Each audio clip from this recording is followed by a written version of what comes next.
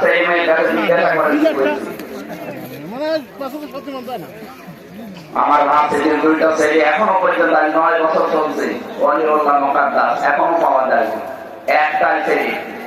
ওর বাবার কাছে যাওয়া যায় না হাওয়া করে খানা খাই আর শয়তান বলে যে কি হয়েছে ওর ছেলে যদি গুম হয়ে যেত ওটে হইল কি হয়েছে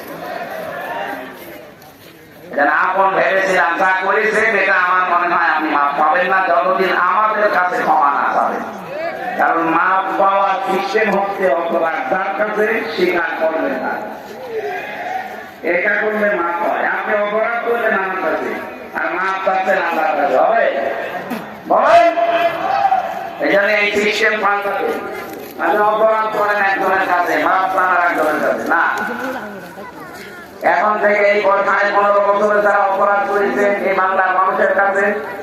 যার যার কাছে করেছে তার কাছে আপনি যে অপরাধ স্বীকার করবেন ভাই আপনার জন্য আপনি আমার কাছে